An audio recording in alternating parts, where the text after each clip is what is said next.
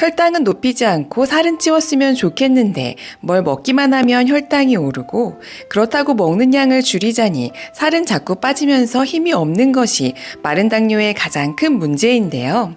마른 당뇨의 경우 비만 당뇨보다 고려할 것이 많고 정보도 많이 없어 관리가 힘들다고 호소하시는 분들이 많습니다.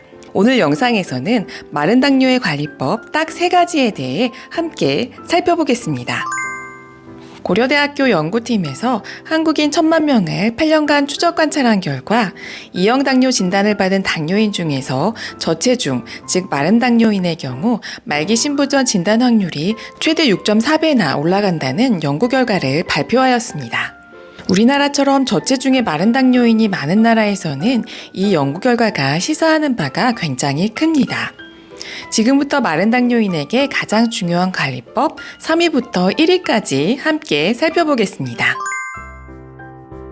마른 당뇨인에게 가장 중요한 관리법 3위. 탄수화물을 너무 줄이면 안 됩니다. 대부분의 경우 당뇨 진단을 받았다 하면 탄수화물을 너무 줄이거나 아예 끊는 경우가 있는데요. 그런데 이렇게 당을 줄이거나 굉장히 저열량의 식단은 비만 당뇨인에게는 도움이 되지만 마른 체형의 당뇨인에게는 오히려 독이 되는데요. 더군다나 근육량이 부족한데 이렇게 섭취를 하게 되면 더 체중이 빠지고 더 근육이 감소해버립니다. 탄수화물, 단백질, 지방을 충분히 섭취해야 하는데요. 이렇게 탄단지의 균형을 갖춘 식사는 바로 한식입니다. 정제 탄수화물인 밀가루 음식, 패스트푸드, 주스, 선식 등으로 끼니를 대체하는 것은 혈당만 급격히 오르게 할 뿐이니 영양소 균형이 잘 갖춰진 한식으로 2끼 이상 규칙적으로 챙겨 드시는 것을 권해드립니다. 마른 당뇨인에게 가장 중요한 관리법 2위, 단백질을 권장량보다 조금 더 섭취해주세요. 마른 당뇨인의 경우 살이 점점 빠지면서 내 몸에 저장되어 있던 근육까지 줄어들게 되는 경우가 많습니다. 이것을 방지해야 하기 때문에 탄단지가 잘 갖춰진 식사를 하되 단백질을 조금 더 섭취한다 생각하시고 의식적으로 단백질을 더 많이 드시면 되겠습니다. 단백질 한 끼의 적당량은 기름기가 적은 살코기, 생선 50에서 100g, 달걀 한두 개, 두부는 100에서 150g입니다. 마른 당뇨인에게 가장 중요한 관리법 1위, 근력 운동을 통해 몸의 근육을 키워주는 것. 이것이 바로 핵심입니다. 말씀드린 대로 탄단지의 영양소를 고루 갖춘 한식 위주의 식사에서 단백질을 조금 더 섭취해 주시고 그 다음 근력 운동을 꼭 해주셔야 합니다. 그렇다면 어떤 종류의 근력 운동을 해야 할까요? 집에서 할 수 있는 근력 운동 딱 한 가지를 추천해 드리면 바로 스쿼트입니다. 우리 허벅지 근육에는 온몸의 근육의 3분의 1이 다 모여 있고 우리가 포도당을 섭취하면 그중 70%를 허벅지에서 다 소비하게 되는데요.